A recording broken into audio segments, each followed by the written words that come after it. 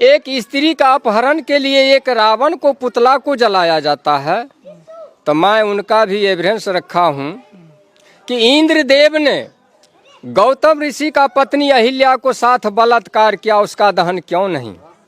राजा पांडु ने माधुरी के साथ बलात्कार किया, उसका दहन क्यों नहीं? ऋषि पाराशर ने केवट के बेटी सतवती को भगा कर ले गया और उसके साथ बलात्कार किया, उसका दहन क्यों नहीं? बृहस्पति के पत्नी तारा को बनमंती चंद्र ने अपहरण कर बलात्कार किया, उसका दहन क्यों नहीं? ब्रह्मा ने अपना पुत्री सरस्वती के साथ बलात्कार किया, उससे बेटी पैदा किया, उसका दहन क्यों नहीं? और इतना ही नहीं, राजा नरक के रानियां के साथ में कृष्ण ने जबरदस्ती दुर्व्यवहार किया, उसका दहन क्यों नहीं? और स्वयं के बहन सबोदरा के साथ कृष्ण ने जबरदस्ती दुर्व्यवहार किया, उसका भी तो दहन होना चाहिए। अब सोचिएगा, राधा और कृष्ण का रिश्ता क्या है? उनके धर्मशास्त्र ग्रंथ के अनुसार राधा कृष्ण का मामी है। अगर कोई भांजा मामी के साथ रंगरलियां मनाएगा तो कोई छोड़ेगा? और इतना ही नहीं, महाभारत में भीष्म पितामह ने तीन लड़कियों को अपहरण कर बलात्कार किया, अम्बा, अम्बे, अम्बालिका।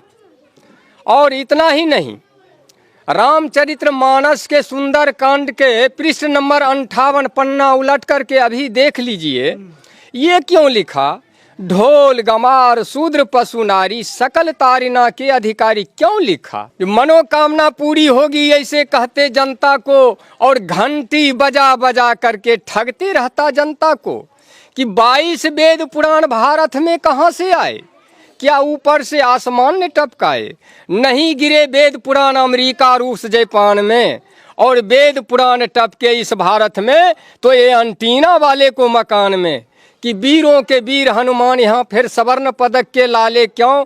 कि धन का देवी लक्ष्मी यहाँ फिर भूखी नंगी जनता क्यों? और ज्ञान का देवी सरस्वती फिर अनपढ़ जाहिल जनता क्यों? इन मनोवादियों ने हमारे 85% मूल निवासी भाइयों को भरमाया है। अरे अब तो समझ जाओ, हमारे अकल पर पड़ गया ताला है। 85% मूल निवासी भाइयों, अरे इन पत्थरों के मूर्तों से सर टकराते टकराते मर जाओगे, लेकिन इस समस्या से निजात कभी नहीं पा सकते हो। अब 33 करोड़ देवी देवता को पैदा करके छोड़ दिया है, जिसके पीछे हम 85% उलझे हुए हैं। हम असली बात को समझ नहीं रहे हैं, हम बर्बाद हैं, हम उजड़ रहे हैं, लेकिन असली बात को हम समझ नहीं रहे हैं। छोटा सा एक दोहा के तौर में आपको समझाना चाहूँगा। अब आप 10 गो मिट्टी का चूहा बना लीजिए और चूहे को रंग में पेंट पचारा करके किसी चूहे को बिल पर रख दीजिए, और इधर से 5 गो बिल्ली को इंडिकेट कीजिए, तो क्या मिट्टी का चूहा को बिल्ली कैच करेगा? नहीं, कभी नहीं कर सकता है।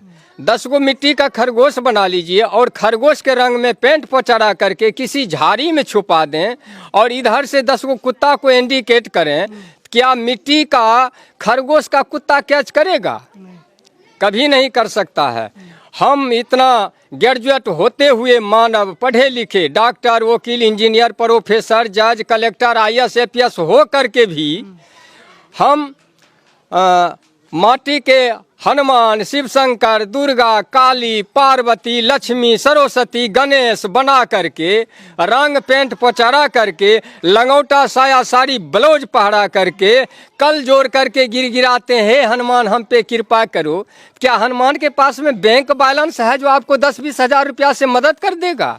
क्या लक्ष्मी, सरस्वती, काली के पास में लाइन प्रॉपर्टी है जो 10-20 बीघा जमीन को रजिस्ट्री कर देगा? इसका मतलब हम असल नकल को पहचान करने में हम उस कुत्ता और बिल्ली से भी गए गुजरे मानव हैं। साथियों, इस बात को समझना होगा।